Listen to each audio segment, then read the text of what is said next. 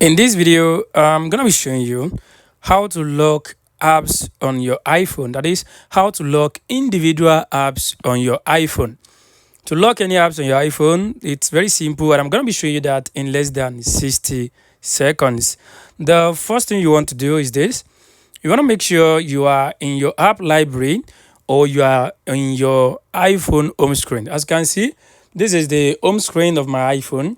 So what you want to do here, you want to locate the app that you want to lock.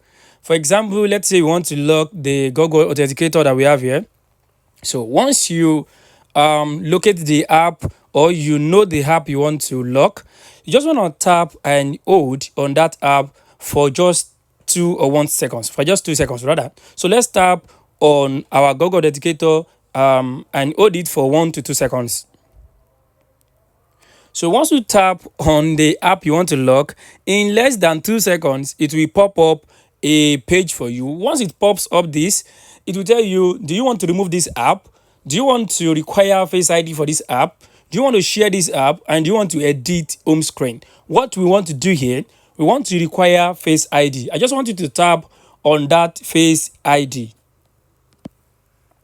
Once you tap on the Face ID, it will show you another thing, another confirmation page, asking you to confirm if truly you want to lock this app. So we want to lock this app. We are just going to tap on require Face ID.